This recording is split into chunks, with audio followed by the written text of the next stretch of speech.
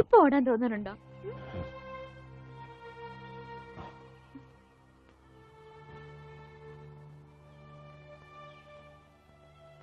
അമ്മ കരുതുന്ന പോലെ ഞാൻ മാഷിന്റെ മോൻ ഉണ്ണിയല്ല. ബാംഗ്ലൂരിലെ മഹേശ്വരൻ തമ്പി എന്ന ക്രിമിനലിന്റെ മകനാണ് ഞാൻ.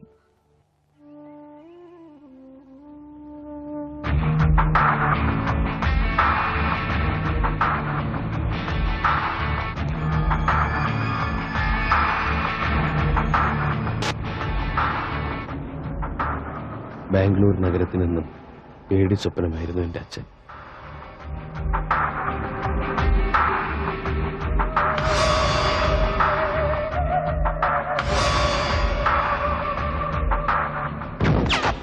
മഹേശ്വരൻ തമ്പി അറിയാതെ ഒരു കരിയില്ല പോലും അനങ്ങില്ല. രക്തം പുരണ്ട അച്ഛൻ്റെ പണത്തിനോടും ബിസിനസ്സിനോടും എനിക്കെന്നും വെറുപ്പായിരുന്നു. അതുകൊണ്ട് തന്നെ ഞാൻ അച്ഛനിൽ നിന്ന് ഓടി അകലാൻ ആഗ്രഹിച്ചു. എനിക്ക് ലഭിക്കാതെ പോയ സ്നേഹവും പരിഗണനയൊക്കെ കിട്ടിയത് അനാഥാലയത്തിൽ വളർന്ന ഒരു പെൺകുട്ടിയിൽ നിന്നാണ്, ഗൗരി. ഞങ്ങളുടെ സ്നേഹം എന്റെ സ്വകാര്യതയിൽ ഞാൻ അനുഭവിക്കുന്ന ഏറ്റവും വലിയ ആനന്ദമായി മാറി. ഒടുവിൽ എന്റെ അച്ഛന്റെ അറിവോ സമ്മതമോ ഇല്ലാതെ ഞാൻ അവളെ വിവാഹം കഴിക്കാൻ തീരുമാനിച്ചു. അപകടമാണെന്ന് അറിഞ്ഞിട്ടും ഒരു ഒളിച്ചോട്ടം. വിവാഹത്തിന്റെ തലേന്ന് സുഹൃത്തുക്കൾ ഞങ്ങൾക്ക് വേണ്ടി ഒരു കൊച്ചു പാർട്ടി ഒരുക്കി, രഹസ്യമായി. പക്ഷെ ഒന്നും ക്ഷമിച്ചു തരാൻ അച്ഛൻ ഒരുക്കമായിരുന്നില്ല. പിന്തുടരുന്ന അപകടം മനസ്സിലാക്കാതെ ഞങ്ങൾ ആഘോഷിക്കുകയായിരുന്നു.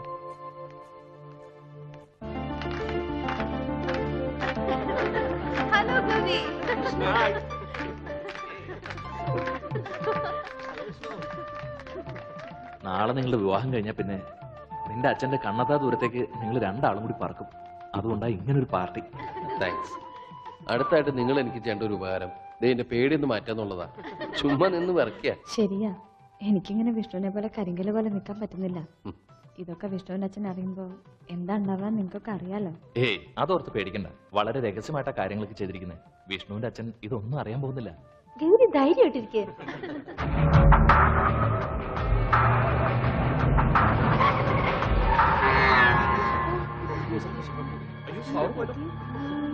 വിഷ്ണു, എനിക്ക് പേടിയാവും.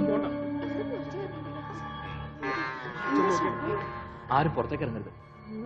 ഞാൻ പോയി നോക്കിട്ട് വരാം.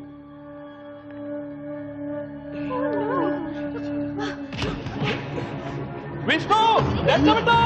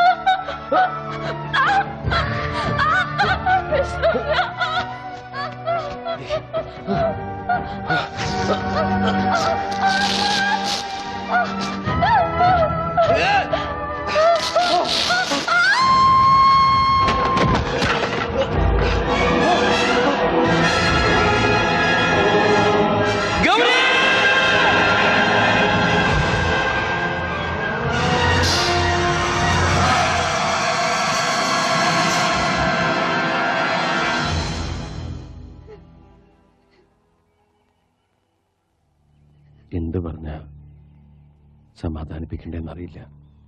മനഃപൂർവ്വം അല്ലെങ്കിലും മാപ്പ് പറയാൻ ഞാൻ.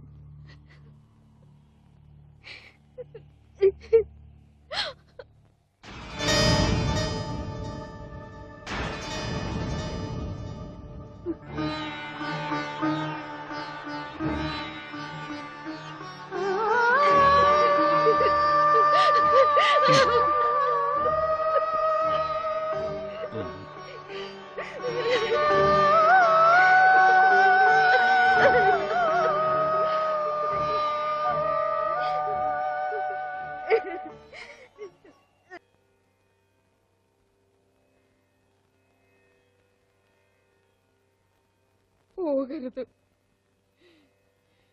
എന്നെ വിട്ടിട്ട് എന്റെ പൊന്നുമോനെ എങ്ങോട്ടും പോകരുത്.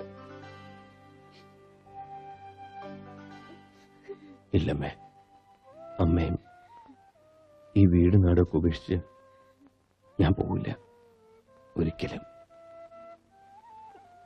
വിഷമിക്കരുത്, അമ്മയുടെ മോൻ തന്നെ ഞാൻ.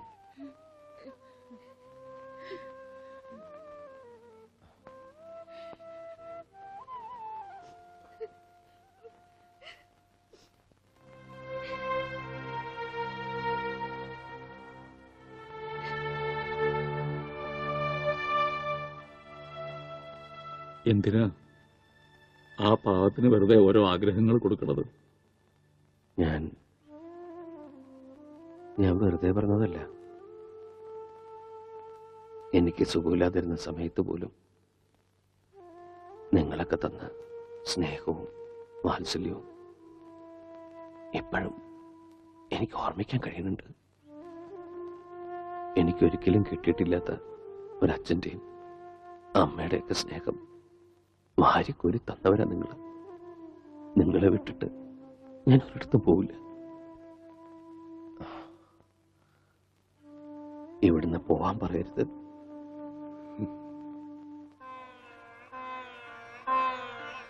മോനി പറഞ്ഞതൊക്കെ ഞാൻ കേൾക്കാൻ കൊതിക്കുന്ന വാക്കുകളാ. പക്ഷേ മോൻ പോയേ പറ്റൂ. മകനെ നഷ്ടപ്പെടുമ്പോഴുള്ള വേദന എന്താണെന്ന് നല്ലോണം അറിഞ്ഞവനാ ഞാൻ. അതേ വേദനയോടെ മകനെ കാത്തിരിക്കുന്ന ഒരാളുണ്ട്, മോന്റെ സ്വന്തം അച്ഛൻ. ആ അച്ഛന്റെ അടുത്തേക്ക് തിരിച്ചു പോയേ പറ്റൂ. കാത്തിരിക്കേ എന്റെ അച്ഛന് ഒരു ദിവസം പോലും എനിക്ക് വേണ്ടി കാത്തിരിക്കില്ല മനുഷ്യൻ. ഒരു നിമിഷം പോലും എന്നെ ഓർത്ത് ദുഃഖിക്കില്ല അയാള്. എന്റെ ജീവിതം തകർത്തവനാ ആ മനുഷ്യൻ. അയാളുടെ അടുത്തേക്ക് ഞാൻ പോകില്ല. ഞാൻ എവിടെ ഉള്ളതെന്ന് അയാൾ ഒരിക്കലും അറിയാൻ വേണ്ട.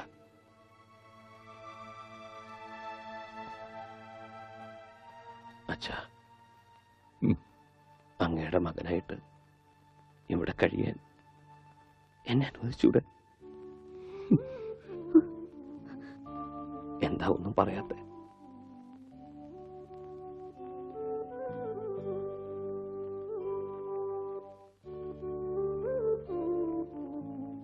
അച്ഛോ, ഭാസ്കരേട്ടാ,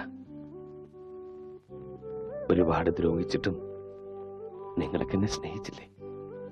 ഒരു വാക്ക് പറഞ്ഞൂടെ? എന്നെ പറഞ്ഞുവിടണ്ടെന്ന്.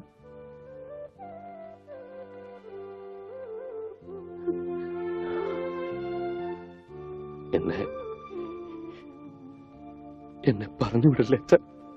കാലു പിടിക്കാം.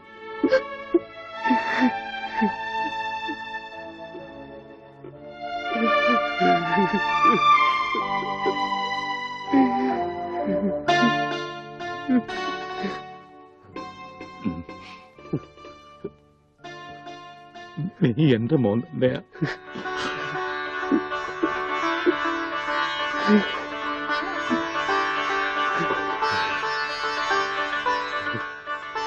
എവിടെയും പോണ്ട.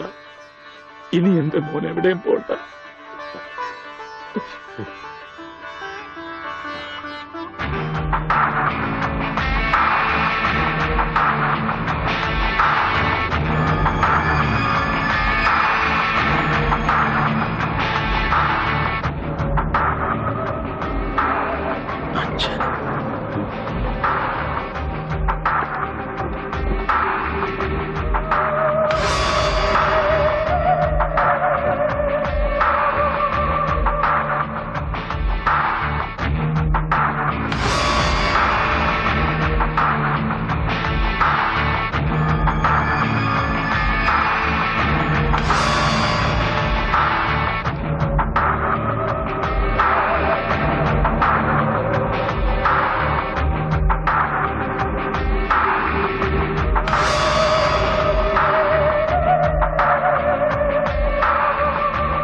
വിഷ്ണു വേണ്ട.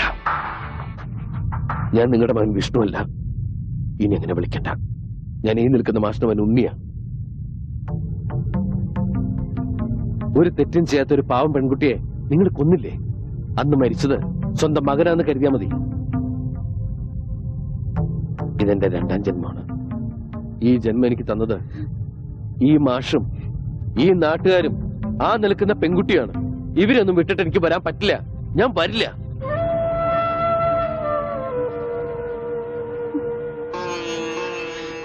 പോയിക്കോ. ഇനി നമ്മൾ തമ്മിൽ ഒരിക്കലും കാണണ്ട. Okay, relax relax. നിനക്ക് ഇഷ്ടമുള്ളിടത്ത് നിനക്ക് ജീവിക്കാം.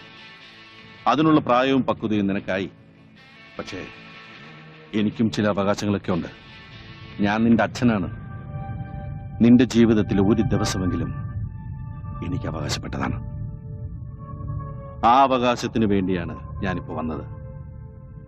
വെറും ഒരു ദിവസത്തേക്കെങ്കിലും നീ എന്റെ മകനായിട്ട് എന്റെ കൂടെ വരണം. ഇല്ലെന്ന് പറഞ്ഞില്ലേ? എന്തൊക്കെ പറഞ്ഞാലും ശരി, എന്നെ ഇവിടുന്ന് കൊണ്ടാ പറ്റില്ല. വെറുതെ വാശി പിടിക്കരുത്. എന്നെ നിനക്കറിയാലോ. മനസ്സിലൊന്ന് ഉറപ്പിച്ചിട്ടുണ്ടെങ്കിൽ അത് ഞാൻ ചെയ്തിരിക്കും. ഞാൻ വന്നത് നിന്നെ കൊണ്ടുപോകാനാണ്. കൊണ്ടുപോകുകയും ചെയ്യും. അങ്ങനെ നിങ്ങൾ കൊണ്ടുപോകുന്നുണ്ടെങ്കിൽ അതെന്റെ ശവമായിരിക്കും. മാഷേ, ഒന്ന് പറഞ്ഞു മനസ്സിലാക്കി കൊടുക്ക്. മോനെ, എന്തൊക്കെയായാലും സ്വന്തം അച്ഛനല്ലേ വിളിക്കുന്നത്. തൽക്കാലം അദ്ദേഹം പറയുന്ന അനുസരിക്ക്. ഒരു ദിവസത്തെ കാര്യമല്ലേ. പിന്നെ ഞങ്ങൾക്ക് ഇവിടെ തന്നെ ഉണ്ടല്ലോ. കുട്ടി ധൈര്യമായിട്ട് പോയിട്ട് വാ. എല്ലാവരും നിനക്ക് വേണ്ടി പ്രാർത്ഥിക്കും. സമാധാനമായി പോയി വരും.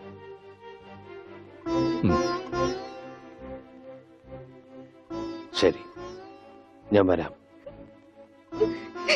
പക്ഷേ ഈ ഒരു ദിവസം കഴിഞ്ഞാൽ പിന്നെ നിങ്ങൾക്ക് എന്റെ മേലിൽ യാതൊരു അധികാരവും അവകാശവും ഉണ്ടാവില്ല. സമ്മതിച്ചു.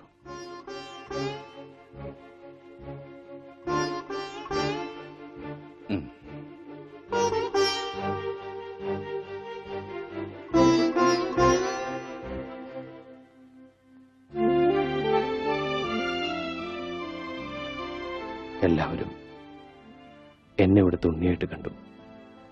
അമ്മുവിന് എന്നെ അങ്ങനെ കാണാൻ പറ്റൂ?